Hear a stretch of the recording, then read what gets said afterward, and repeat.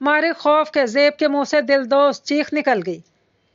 تائی اماں جو قیلولہ کر رہی تھی ہڑبڑا کر اٹھی، کھڑکی سے جھانکا تو زیب بدحواسی سے چلا رہی تھی اور حدید بکرے کے منہ سے اس کا دوپٹہ چھڑا رہا تھا۔ یہ منظر ان کی آنکھوں میں ٹھہر سا گیا۔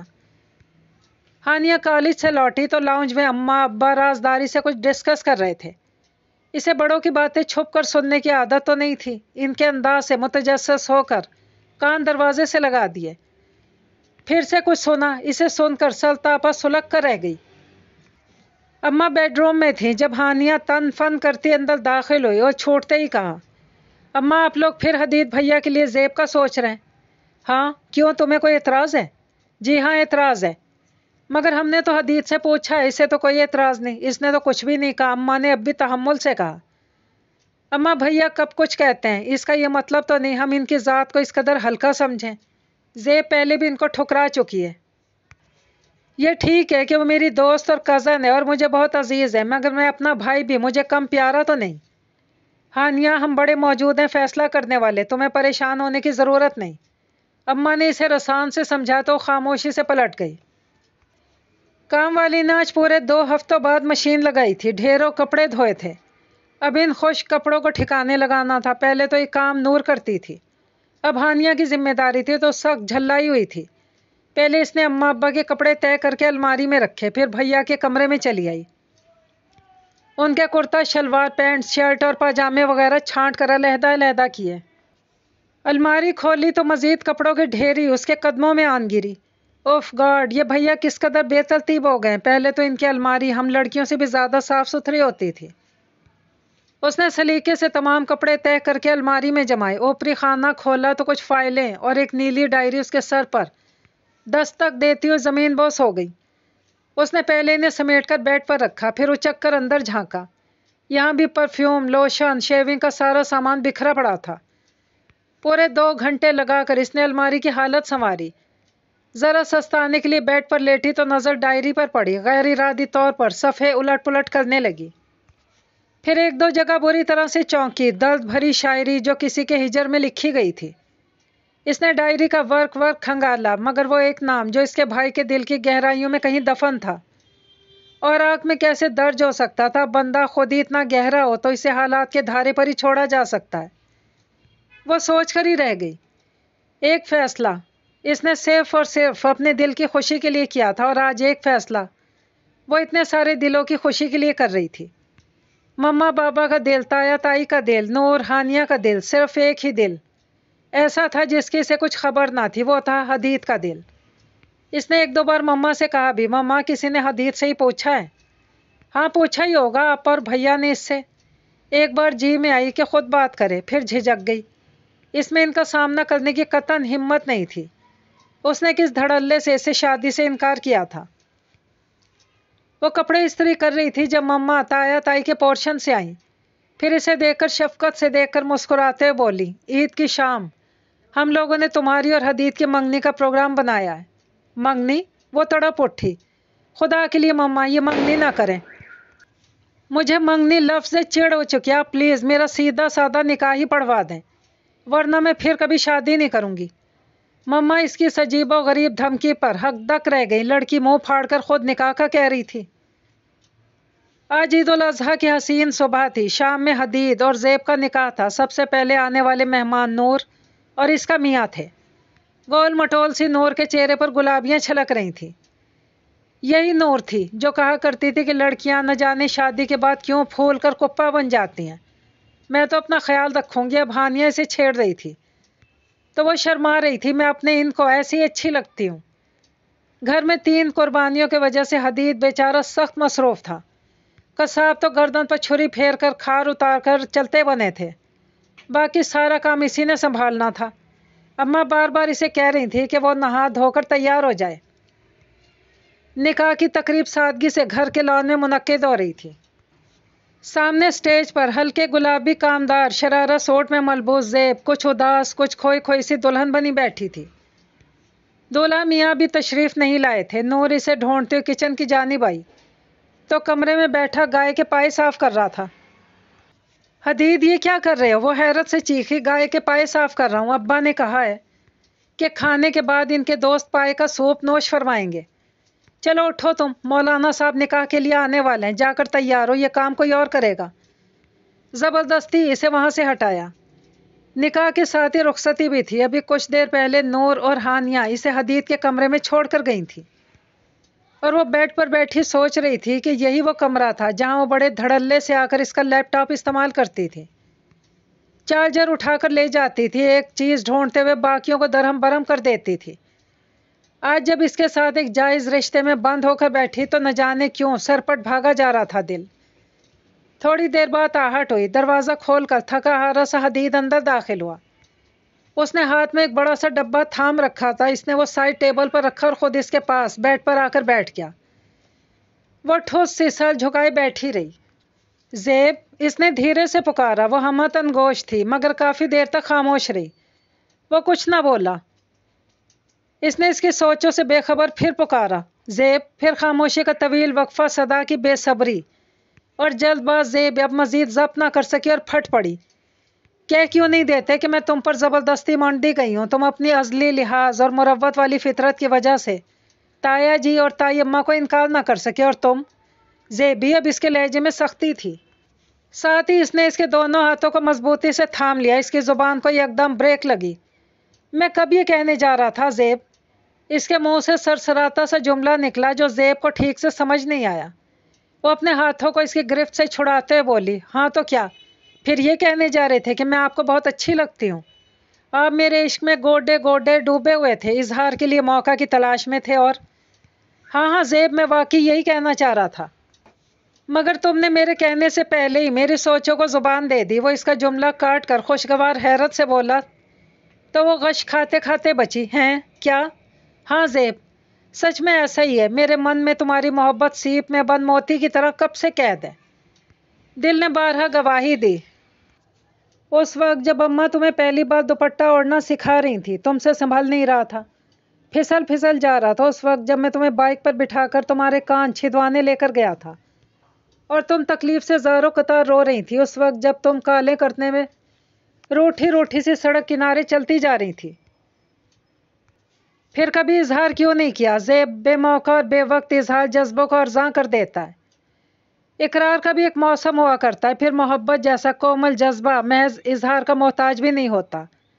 میں انتظار ہی کرتا رہا، تم تک میرے جذبوں کی خوشبو پہنچ جائے گی، شاید بہت دیر ہو گئی۔